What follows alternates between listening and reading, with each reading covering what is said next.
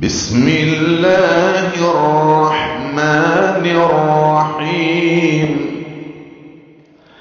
وهذا كتاب أنزلناه مبارك فاتبعوه واتقوا لعلكم ترحمون.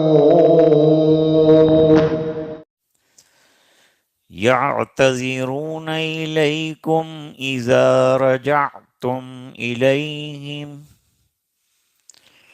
قل لا تعتذروا لن نؤمن لكم قد نبأنا الله من أخباركم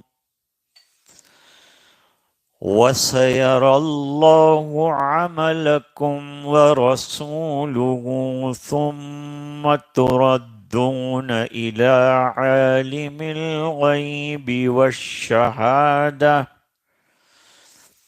فينبئكم بما كنتم تعملون.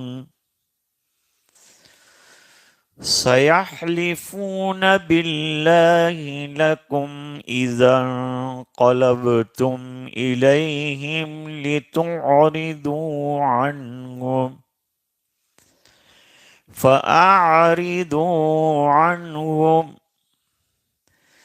إنهم رجس ومأواهم جهنم جزاء بما كانوا يكسبون. يحلفون لكم لترضوا عنهم فإن ترضوا عنهم فإن الله لا يرضى عن القوم الفاسقين. الأعراب أشد كفرا ونفاقا وأجدر أن لا يعلموا حدود ما أنزل الله. عليم حكيم.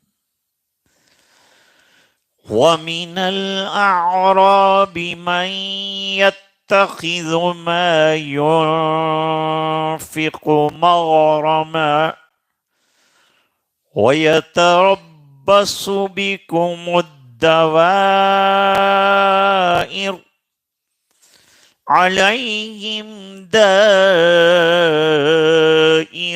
السوء والله سميع عليم. ومن الأعراب من يؤمن بالله واليوم الآخر ويتخذ ما ينفق قربات عند الله وصلوات الرسول ألا إنها قربة لهم سيدخلهم الله في رحمته إن الله غفور رحيم. صدق اللہ. سورہ توبہ چل رہی ہے اور اس کے تقریباً 13 نام ذکر کیے مفسرین نے. ان میں سے ایک نام توبہ بھی، ایک نام سورۃ العذاب بھی، ایک سورہ برات بھی. توبہ اس لیے کہتے ہیں کہ اس میں 3 سچے صحابہ کرام کی توبہ کا تذکرہ ہے. اس بنیاد پر اس کو سورہ توبہ قرار. حضرت عمر رضی اللہ تعالیٰ عنہ لوگوں سے کہا کرتے تھے کہ سورہ توبہ کا مطالعہ کرو، اس میں بڑے مضامین ہیں. اور عورتوں کو تلقین کرتے تھے کہ سورہ نور پڑھا کرو، اس میں خواتین کے لیے بڑے اہم مضامین ہیں.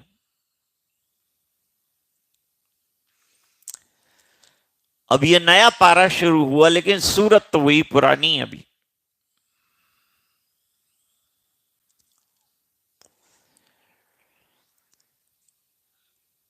پہلے بتایا تھا کہ تبوک رومن ایمپائر کے ساتھ ہونے والی آخری مڈبیڑ ہے حضور کے زمانے. پھر جب سرکار تبوک سے لوٹے تو ایک جملہ فرمایا،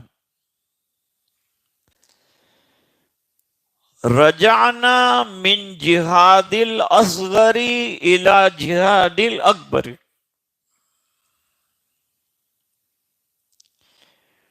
ہم لوگ ایک چھوٹے غزوے سے لوٹے اور بڑا غزوہ آگے آ رہا.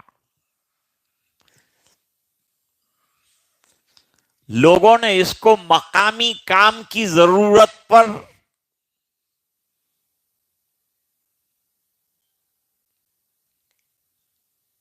متوجہ کیا ہے. لیکن شارحین حدیث لکھتے ہیں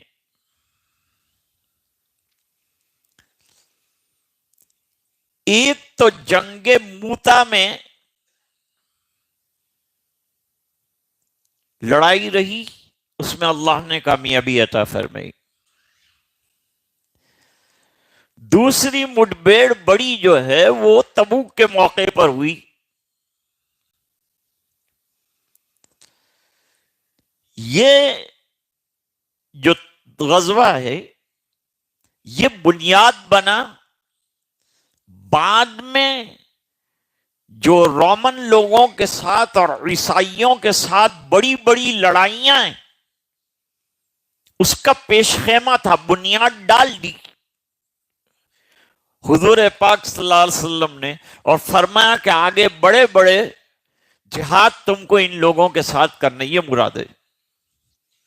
اور پھر حضرت عمر رضی اللہ تعالیٰ عنہ کے زمانے میں یہ پورا علاقہ فتح ہوا اور مسلمان ایک عرصے دراز تک لڑتے رہے.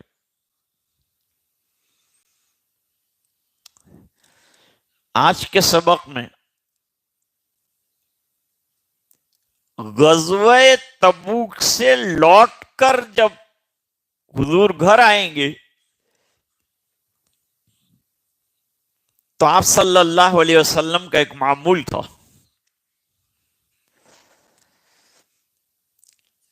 جب بھی غزوے سے لوٹتے تھے یا کسی مہم سے لوٹتے تھے سرکار مسجد نبوی میں تشریف لاتے اور 2 گانا ادا فرماتے تھے. اس زمانے میں مدینہ چھوٹا تھا،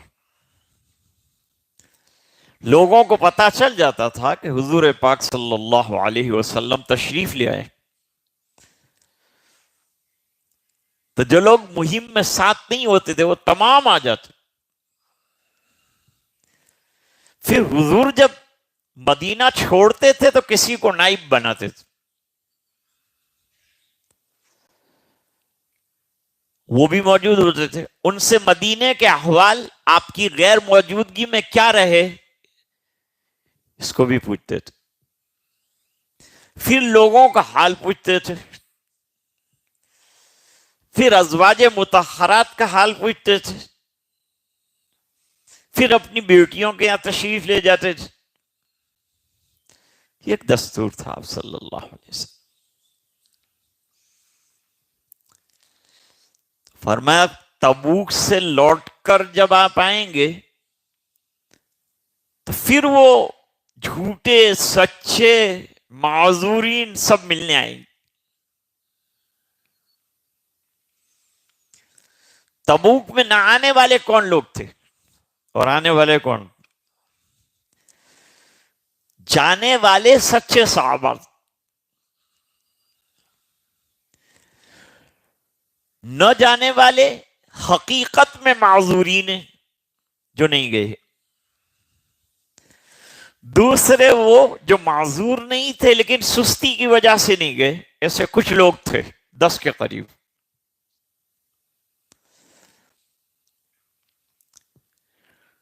کچھ وہ تھے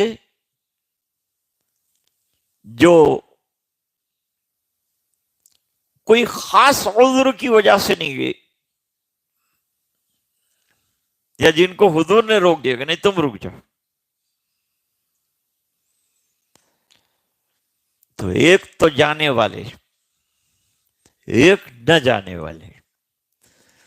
نہ جانے والوں میں سچے معذورین یا کسل مندی کی وجہ سے نہ جانے والی،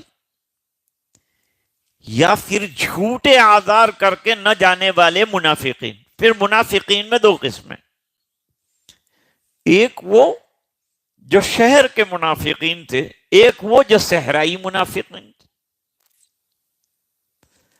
صحرائی لوگوں میں بھی 2 قسمیں تھی، مدینے کے لوگوں میں بھی 2 قسمیں. اہل مدینہ ان میں جو منافقین تھے وہ نہیں گئے، کترائے، مال جان خرچ نہیں کیے. اور ان کی دیکھا دیکھی جو مدینے کے اطراف میں قبائل رہتے تھے ان میں بھی سچے مسلمان تھے اور کچے مسلمان تھے. وہ کچے نہیں گئے، آج ان کا سب کا تذکرہ ہے. اب اللہ پیش گوئی فرما دی، یہ قرآن کریم کا اعجاز ہے. جو چیز ہونے والی ہوتی ہے پہلے سے بتا دیں.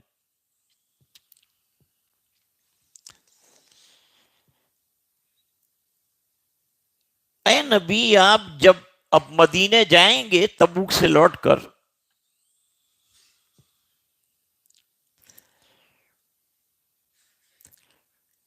تو لوگ آ کر اپنی عذر خائیاں کریں گے، ہم اس لیے نہیں آئے، ہم اس لیے نہیں آئے. کوئی بیماری کا بہانہ، کوئی کمزوری کا بہانہ، کوئی بال بچوں کا بہانہ.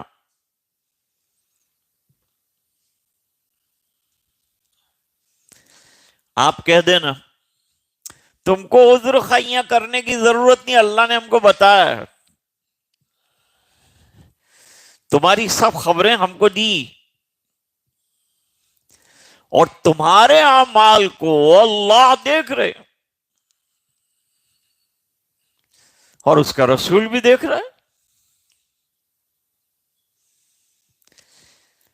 اگر عمل کرنا ہے تو اللہ کو دکھانے کے لیے کرو تو وہ اخلاص ہوگی. لوگوں کے لیے دکھانے کو کرو گے تو ریاکاری ہوگی، دکھاوا ہوگا.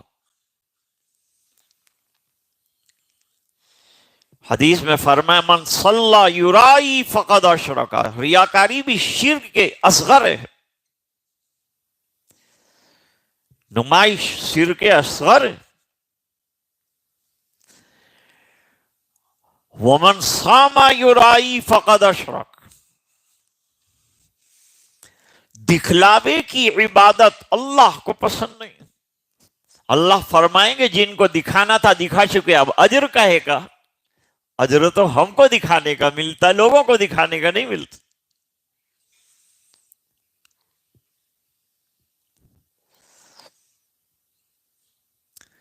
دنیا میں تم عذر خائیاں کر رہے ہو، ان قریب ایک ایسی ذات کی طرف تمہیں لوٹ کر جانا ہے جو عالم الغیب والشہادہ ہے. اس سے پتا چلا کہ عالم الغیب اللہ، علام الغیوب اللہ، اس کے علاوہ کوئی نہیں. اور یہ جو لوگوں نے کہا کہ نبی عالم الغیب ہوتے ہیں،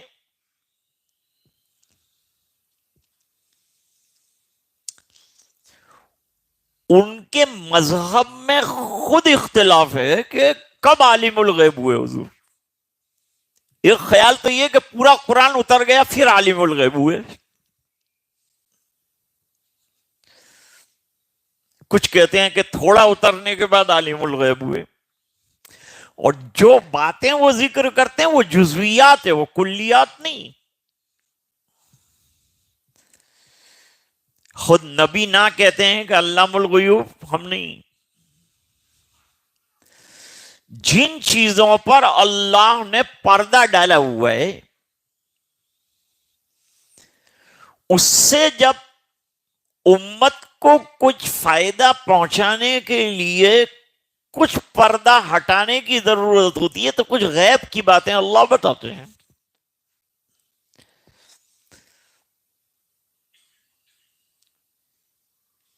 اگر غیب کی سب باتیں نبی کو معلوم ہے تو پھر قیامت کو کیوں نہیں بتایا؟ فلان ڈیٹ کے اندر قیامت ہوگی، نہیں بتایا۔ کیا کہا قرآن نے؟ کیا کہا؟ ان اللہ عندہ علم الساعہ، 5 اصول غیب ہیں۔ حضرت قاری طیب صاحب رحمۃ اللہ علیہ کا رسالہ ہے، علم غیب کے 5 اصول۔ اگر کسی نے بہشتی زیور یاد کر لی تو عالم نہیں کہلائے گا۔ کیوں؟ وہ جزوی چیز ہے۔ عالم تو کلیات کے ماہر کو کہتے ہیں، جس کو فنون کی واقفیت ہو۔ ہمارے یہاں جو اساتذہ پڑھاتے ہیں وہ کتاب پڑھاتے ہیں، فن تھوڑا پڑھاتے۔ کوئی کتاب پڑھانا تو پہلے فن پڑھنا پڑتا ہے، اس فن کی اصل کیا ہے، پھر وہ کتاب پڑھاؤ سمجھ میں آئی۔ پہلے اساتذہ فنون کی بڑی مہارت رکھتے تھے اور پھر جو ہے فرفر پڑھاتے، کیونکہ اصول ان کو معلوم ہے۔ تو جزیات کا ماہر جیسے بہشتی زیور کا حافظ عالم نہیں کہلا سکتا، اس طرح چند جزیات کا معلوم کر لینا عالم الغیب نہیں کہلا سکتا۔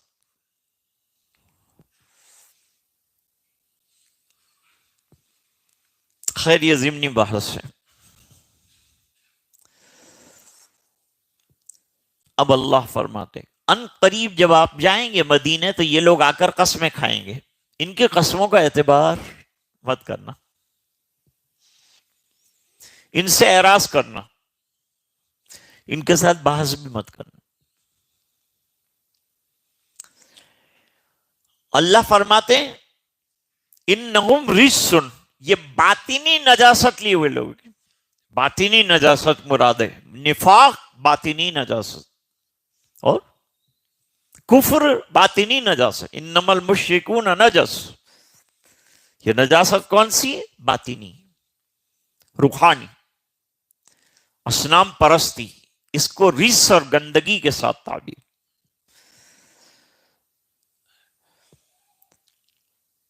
تو اللہ کے نزدیک منافق اور مشرک گندے ہیں، ان کے دل دماغ گندے ہیں، اور ایمان والا پاکیزہ ہے۔ حدیث میں فرمایا المسلم لا ینجس، مسلمان ناپاک نہیں ہوتا، تو ہمیشہ پاک ہے۔ بہت سے لوگ جنازوں میں شامل ہوتے ہیں، جنازہ مسجد میں جاتا ہے وہ کنارے پر بیٹھ جاتا ہے۔ میرے والد صاحب ہمیشہ اس کو کہتے ہیں، ارے بھائی تمہارے دوست کو آخری سلام اور آخری دعا اس کے لیے کرنی ہے اور آپ نے بیچ میں سے دوست کو چھوڑ دیا۔ صلاۃ جنازہ اصل تھی، آپ کسی جگہ جا کر بیٹھ گئے، جب پوچھا گیا کہتے ہیں میں ناپاک ہوں۔ مسلمان کہیں ناپاک ہوتا ہے؟ وہ تو ہمیشہ پاک ہوتا ہے، ہمیشہ باوضو۔ میرے والد صاحب 17 گھنٹے کا وضو رکھتے تھے لیکن ذکر ہی نہیں کرتے۔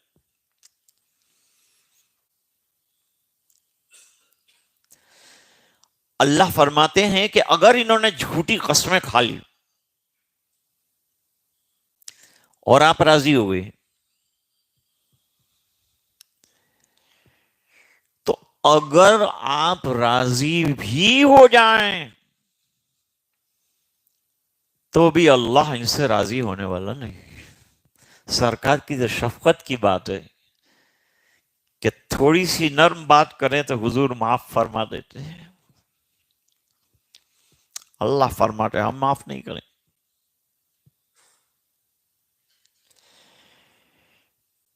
اب پھر جو ہے صحرائی جو منافقین اور مومنین ہیں ان کا تذکرہ کرتے پھر دوبارہ تذکرہ. لیکن وہ جا رہے تھے جب کا تذکرہ تھا یا آ رہے ہیں جب کا تذکرہ ہے. فرق یہ صحرائی بدوی دو قسم کے تھے. ایک تو منافق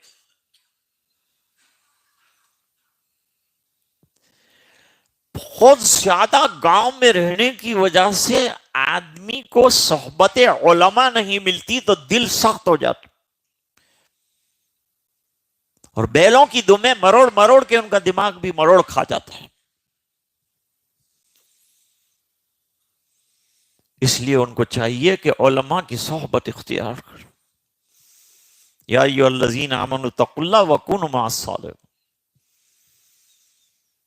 شہر والوں کو تو الحمدللہ یہ فیض ملتا ہی رہتا ہے. لوگ آتے رہتے ہیں, علماء آتے رہتے ہیں, دل پر اچھا اثر پڑتا ہے. ان کو کم موقع ملتا ہے. ایک جگہ میرا جانا ہوا, انہوں نے کہا 16 سال کے بعد کوئی عالم ہمارے گاؤں میں آیا تو دل پر کتنا زنگ لگ جائے گا, زنگ کتنا جم جائے گا.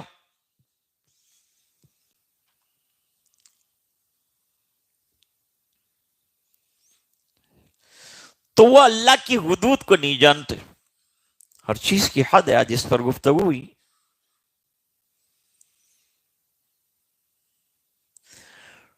تو وہ اپنے نفاق میں بہت آگے بڑھ گئے. اچھا دوسری بات یہ ہے کہ وہ نفاق کو کوئی عیب بھی نہیں سمجھتے. ایک تو یہ ہے علماء نے ایک عجیب قانون لکھا ہے, جب آدمی گناہ کرتا ہے تو اس کی دو حیثیت ہو جاتی. ایک تو یہ ہے کہ وہ سچے دل سے توبہ کر لے گا, اللہ معاف کر دیں گے, دل صاف ہو گیا. ایک وہ ہے کہ گناہ کرنے کے بعد گناہ کو عیب سمجھنے کے بجائے کمال سمجھتا ہے اور اس پر فخر کرتا ہے. اللہ اس کے دل پہ ٹھپا لگا دیتے ہیں, اب اس کے دل میں اچھی بات نہیں جائے گی. یہ قاعدہ ہے.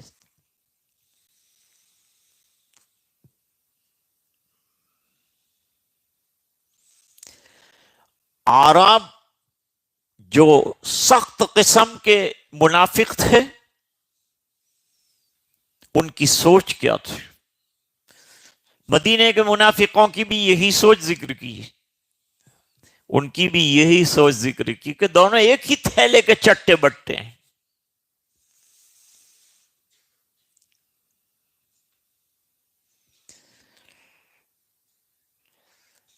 دین کے راستے میں خرچ کرنے کو مصیبت سمجھ, کیا مصیبت آ گئی پیسہ خرچ کرنے کی.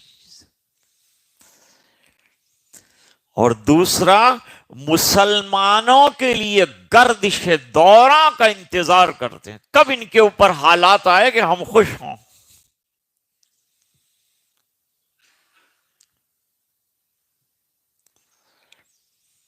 جیسے مالیگاؤں کا بلاسٹ, اس کے بعد لوگوں کی بارات ہمارے دل پر ہتھوڑا بن کے گری. کیوں؟ یہ انصاف نہیں ہے, انصاف کا مذاق ہے.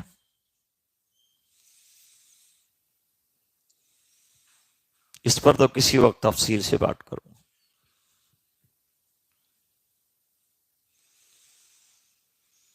منافق اور کافر مسلمانوں پر حالات کے آنے کا انتظار کرتے ہیں. یہ ان کے نفاق اور کفر کی علامت. اور گردش دورہ کسی پر بھی آ سکتی ہے. کبھی کبھی آزمائش کے لیے اللہ تعالیٰ مسلمانوں کو گردش دورہ میں مبتلا کرتے ہیں تو مسلمان دیکھ کر غمگین ہو جائے. ہاں یہ کیا ہو، اگرچہ وہ یہ جانتے ہیں کہ اللہ کی طرف سے. عرب کی ایک قسم تو یہ ہے جو نفاق میں بہت سخت ہیں. ان کی دل کی کھڑکی سے ایمان اندر گیا. اور دوسرے وہ بھی عرب ہیں، وہ بھی صحرائی ہیں لیکن اچھے مسلمان. وہ کیا کرتے ہیں؟ ان کو اللہ پر ایمان اور آخرت پر ایمان ہے. اکثر مقامات پر قرآن کریم میں ایمان کے بعد آخرت کا تذکرہ آتا ہے. سوال ہوتا ہے کہ ایمان کے بعد آخرت کا تذکرہ کیا؟ وجہ یہ ہے کہ آخرت یعنی مرنے کے بعد دوبارہ زندہ ہو کر کیے ہوئے اعمال کا حساب و احتساب، اس کا یقین انسان کی زندگی میں انقلاب پیدا کرتا ہے.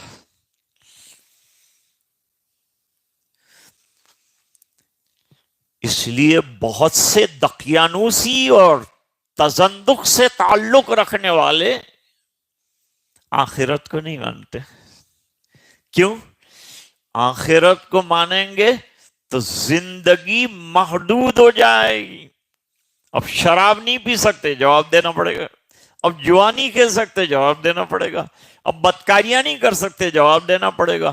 لیکن جب جواب کہ مجھے کس کو جواب دینا ہے، جو چاہے گا وہ کرے گا. یہ دنیا جو ہے آتنک کا اڈا بن جائے گی. اسلام تو ایسا مذہب ہے کہ یہ سب کی لمٹ کر کے ان کو اخلاق والا انسان بنا دے. اسلام کی خوبی یہی،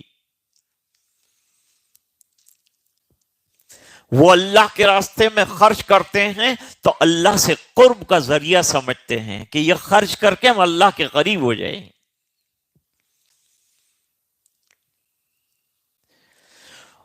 اور دوسرا یہ سوچتے ہیں کہ جب خرچ کریں گے آقا کو دیں گے تو حضور دعا کریں گے ہمارا بیڑا پار ہو جائے گا.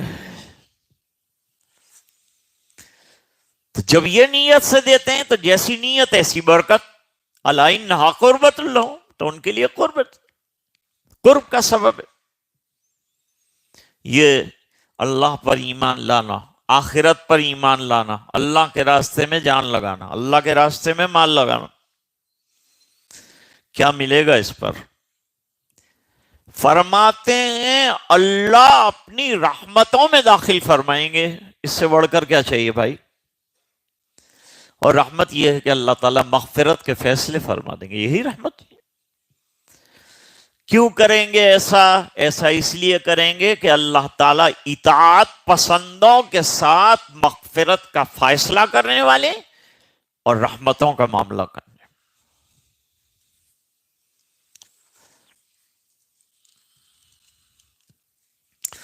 صفوانہ بانو بیمار ہیں، شفا کے لیے دعا فرمائیں.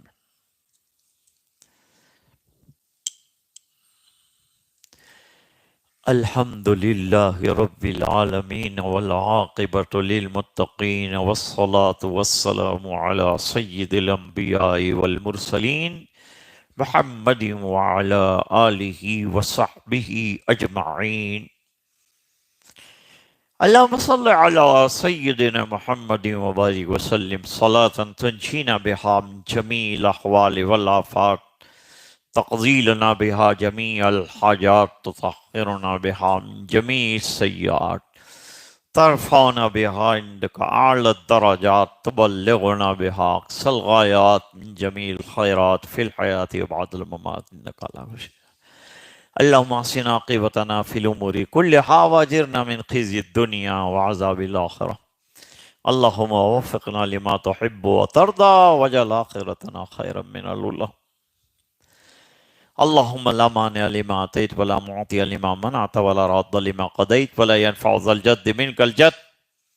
اللہم اشف علالنا واسقامنا، اللہم اشف مرضانا ومرضى المسلمین وارحم موتانا وموتى المسلمین.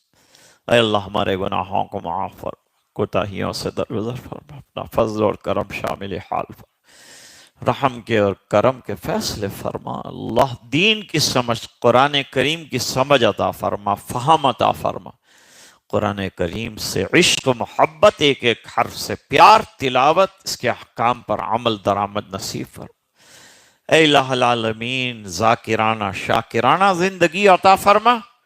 اے اللہ غافلانہ عاصیانہ زندگی سے ہماری حفاظت فرما۔ اے اللہ رات دن تیری یاد نصیب فرما، غفلت والی زندگی سے حفاظت فرما، نمازوں کی پابندی، ذکر کی پابندی اے اللہ نصیب فرما۔ ہمارے دلوں کو نور معرفت سے منور فرما۔ اے اللہ جو بگاڑ ہیں دل کے دور فرما، دل کو خالص صاف ستھرا آئینے کی طرح بنا۔ اے الہ العالمین اپنی رضا نصیب فرما، بیماروں کو شفا عطا فرما، انتقال کر جانے والوں کی مغفرت فرما۔ اے اللہ پورے مجمع کی مغفرت فرما، جہاں تک سنا جا رہا ہو اور جنہوں نے ہاتھ اٹھائے ہوں اللہ ان تمام کی مغفرت فرما۔ دعائیں اپنے فضل و کرم سے قبول فرما برحمتک۔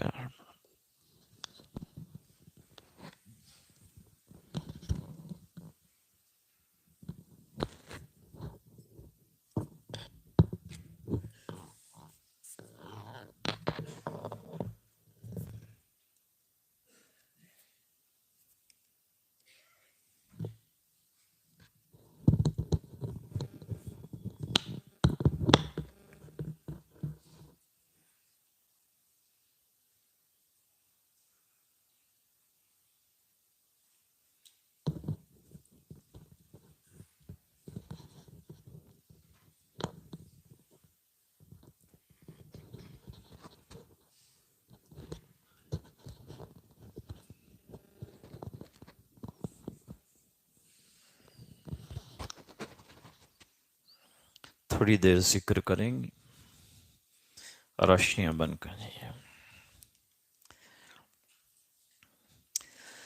تیرے سوا معبود حقیقی کوئی نہیں ہے، کوئی نہیں، اور تیرے سوا مقصود حقیقی کوئی نہیں ہے، کوئی نہیں، اور تیرے سوا مسجود حقیقی کوئی نہیں ہے، کوئی نہیں۔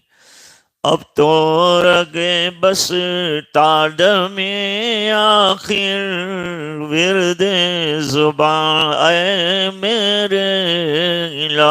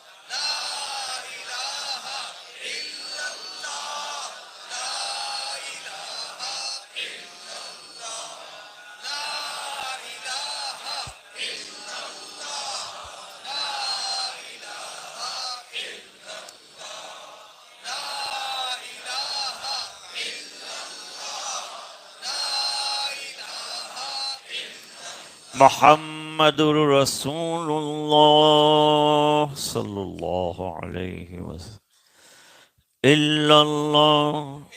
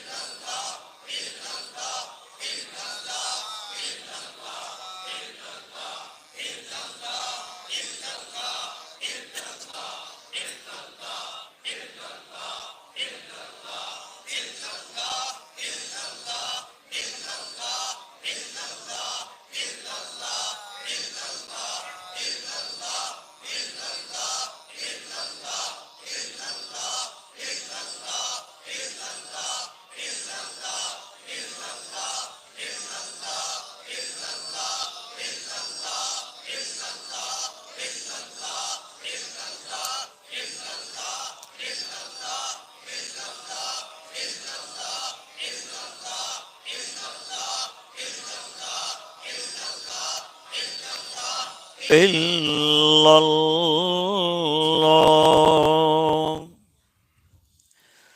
اللہ اللہ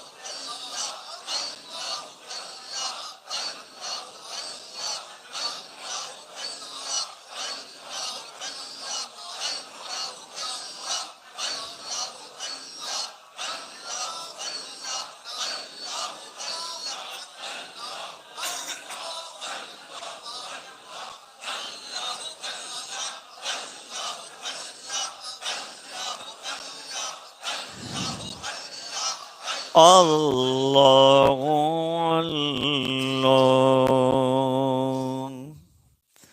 اللہ اللہ اللہ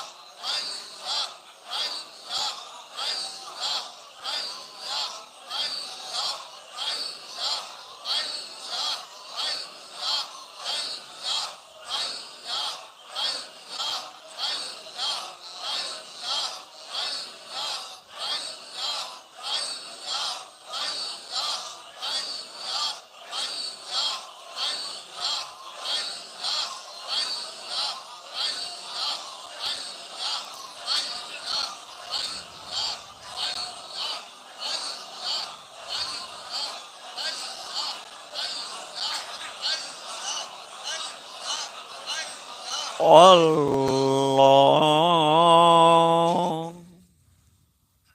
تھوڑی دیر کے لیے مراقبہ کریں گے. دل کی نگرانی کا نام. کوئی بھی چیز کی نگرانی نہ کرو تو وہ چیز برباد ہو جاتی. اس لیے زیوری کی دکان میں رات کو نگران پولیس رہتی، اس کو مستقل تنخواہ دی جاتی، کیونکہ اندر کی قیمتی چیزیں چوری نہ ہو جائیں، ڈاکو لٹیرے لے نہ جائیں. اس طرح مراقبے میں دل کی نگرانی رہے گی تو شیطان اندر سے چرا کے لے نہیں جائے گا اور غفلت کا بیج نہیں بو سکے، گناہوں کی طرف نہیں ہے. سیڑھی ہے منزل تک پہنچنے کی. منزل تو اللہ کی رضا ہے، کوئی اسی طرح سے حاصل ہو. تو اب سے تھوڑی دیر تک مراقبہ کریں گے آنکھیں بند، جس میں نقل و حرکت نہ ہو.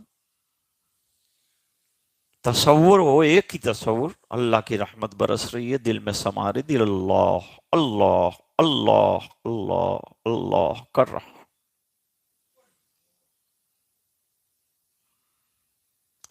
اب مراقبہ.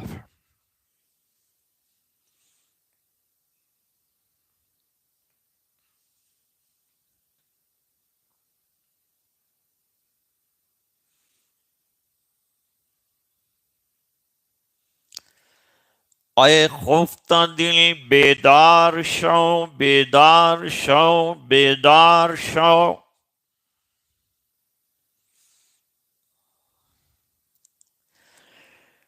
در ذکر حق مشغول شو، مشغول شو، مشغول شو.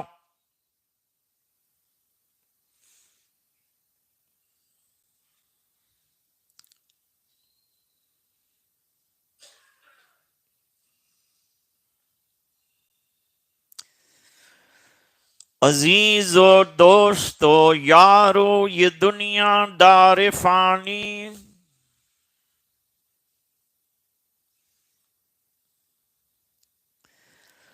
دل سے مت لگاؤ تم لحد میں جا بنانی ہے.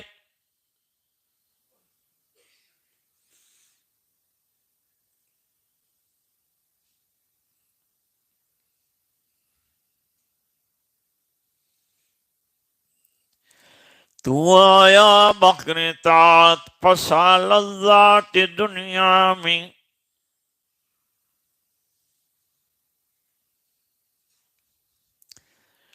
عقل کھوئی گئی تیری یہ کیسی نادانی ہے.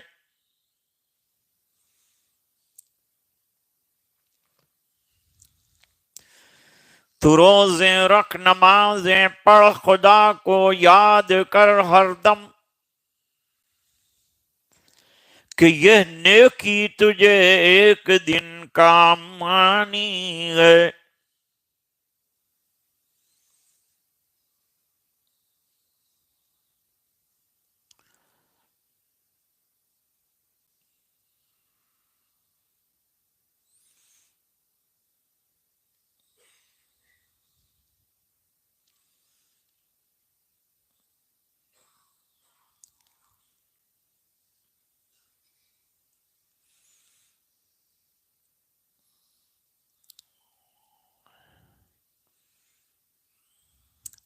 لا الہ الا اللہ محمد رسول اللہ. سبحان اللہ والحمد للہ ولا الہ الا اللہ واللہ اکبر ولا حول ولا قوة الا باللہ العلی العظیم. اللہم صل علی سیدنا محمد وبارک وسلم. ربنا آتنا فی الدنیا حسنہ وفی الآخرۃ حسنۃ وقنا عذاب النار. اللہم انا لا تلاوت القرآن وذکرک وشکرک وحسن عبادتک. اللہم وفقنا لما تحب وترضى واجعل آخرتنا خیرا من الأولى. اللهم إن قلوبنا ونواصينا وجوارحنا بيدك لم تملكنا منها شيئا، فإذا فعلت ذلك بنا فكن أنت ولينا واهدنا إلى سواء السبيل. اللهم آت نفوسنا تقواها وزكها أنت خير من زكاها أنت وليها ومولاها.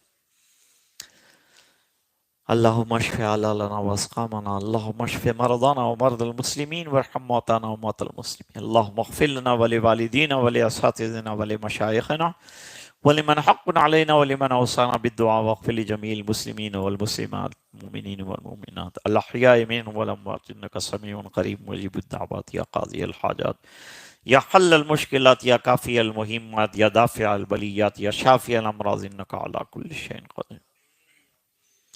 اللہ ہمارے گناہوں کو معاف فرما، کوتاہیوں سے درگزر فرما، اپنا فضل اور کرم شامل حال فرما، رحم کے اور کرم کے فیصلے فرما، اے اللہ مغفرت کے فیصلے فرما، اے اللہ ہمارا آنا قبول فرما لے، تیرا یاد کرنا قبول فرما، تیرا نام لینا منظور فرما، اے اللہ تیرے دربار کے آداب ہمیں سکھا دے، اے اللہ با اخلاق بنا دے، اے اللہ با اخلاص بنا دے، اللہ صراط مستقیم پر چلا دے، اللہ ہدایت والی زندگی عطا فرما، اللہ اخلاص والی زندگی عطا فرما، تیری رضا کے لیے کام کرنے والا بنا، اے اللہ العالمین دور دراز سے تیرا نام لینے کے لیے تیرے بندے آئے، اور اے اللہ تیرا نام لیا، اے اللہ اسے ضائع نہ فرما، اے اللہ اسے دل کی صفائی کا ذریعہ بنا، اے اللہ نجات کا ذریعہ بنا، ہدایت کا ذریعہ بنا، پوری زندگی تیری یاد نصیب فرما، ذاکر شاغل بنا،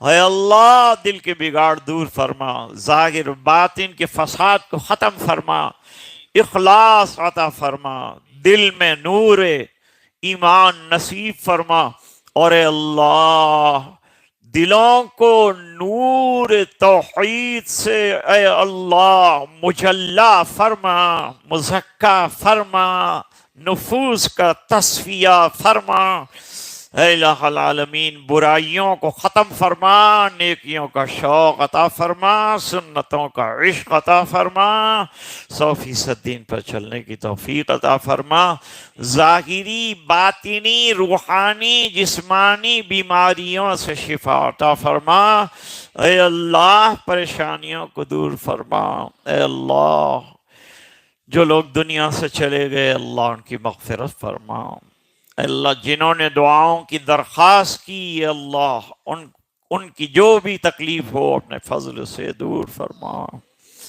اے اللہ العالمین پورے مجمع نے جو دعا مانگی ہو، جو دعا کا ارادہ کیا ہو، جو دل میں سوچا ہو، اے اللہ تمام کی غیب سے حاجت براری کی شکلیں پیدا فرما، اے الہ العالمین زبان کو ذاکر، دل کو شاکر، جسم کو تیرے احکام پر ناظر بنا، اے الہ العالمین غفلت والی زندگی سے حفاظت فرما، اللہ گناہوں کی نفرت بٹھا، اے اللہ نیکیوں کا ذوق عطا فرما، اللہ نیکیوں کا شوق عطا فرما، اللہ تیری یادوں بھری زندگی عطا فرما، تو ہم سے راضی اور خوش ہو جا اور ہمیں اندھا بنا دے، اے اللہ اپنا بندہ بنا دے، اے اللہ اپنی رضا نصیب فرما دے، تو ہم سے راضی اور خوش ہو جا، اے اللہ پورے مجمع کی مغفرت فرما، امت کے ایک ایک فرد کی مغفرت فرما، اور دعائیں اپنے فضل و کرم سے قبول فرما، برحمتک یا ارحم الراحمین۔